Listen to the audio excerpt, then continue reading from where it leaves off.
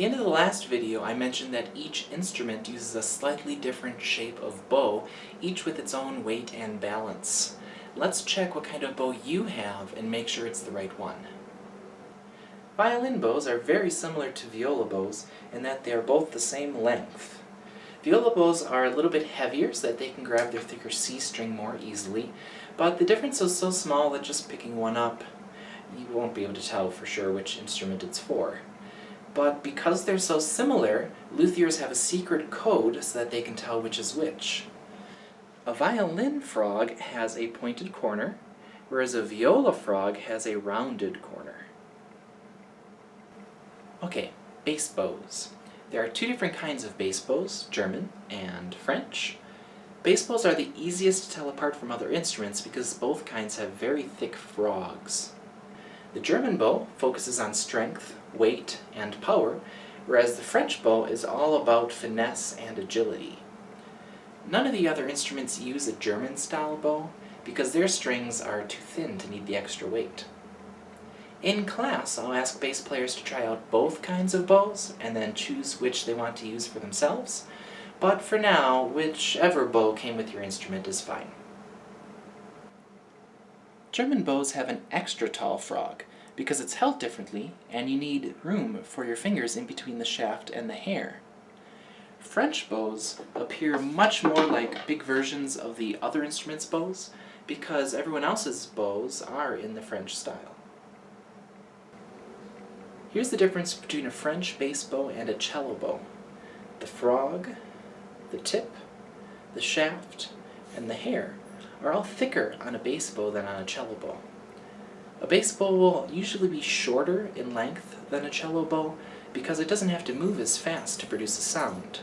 But these two are actually about the same length, so you should depend on height rather than length to tell the difference. The hardest bows to tell apart are the viola and cello bows. They both have a rounded frog and are of a similar length. The cello bows are weighted to be heavier at the tip, but it's hard to feel the difference unless you have both kinds of bows side by side. And it's even more difficult to tell them apart if they're fractional bows. Here I have a small cello and a small viola bow, and you can see that the frogs are nearly identical. The shape of the tip is also slightly different. Viola tips are a little more vertical and boxy, whereas the cello tips are a little more curvy and flowing.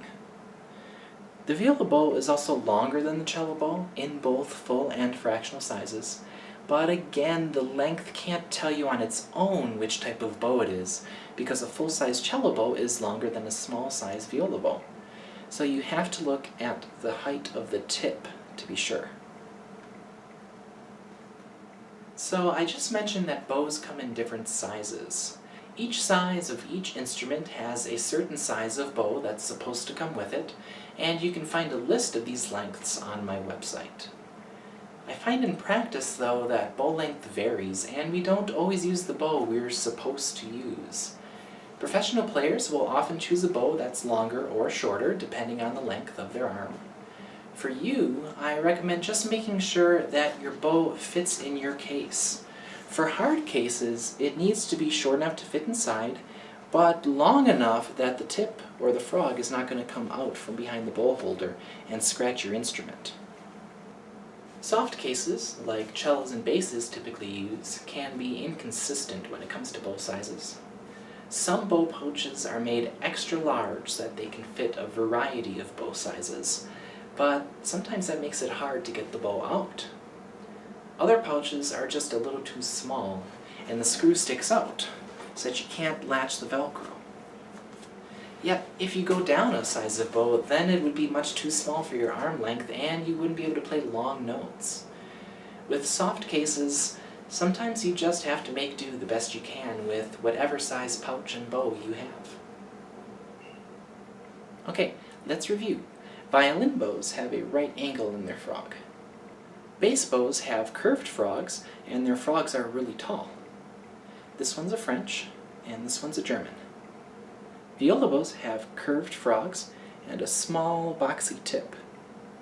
Cello bows have curved frogs and a larger, more curvy tip. Ideally, a bow's size will match a player's arm length, but for kids, the bow will most often match the size of the case.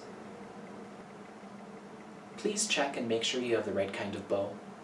Sometimes kids will accidentally pick up each other's bows, and if they don't know the difference, they may never notice. If an instrument is returned to the store with the wrong bow, the employees may not notice either. If you do think you have the wrong kind of bow, ask me first and I'll take a look. If we do need to swap it out, then you can take it back to the store and ask for a different one. They won't charge you extra. Alright, the next video will be about rosin, the string player's secret to sound production.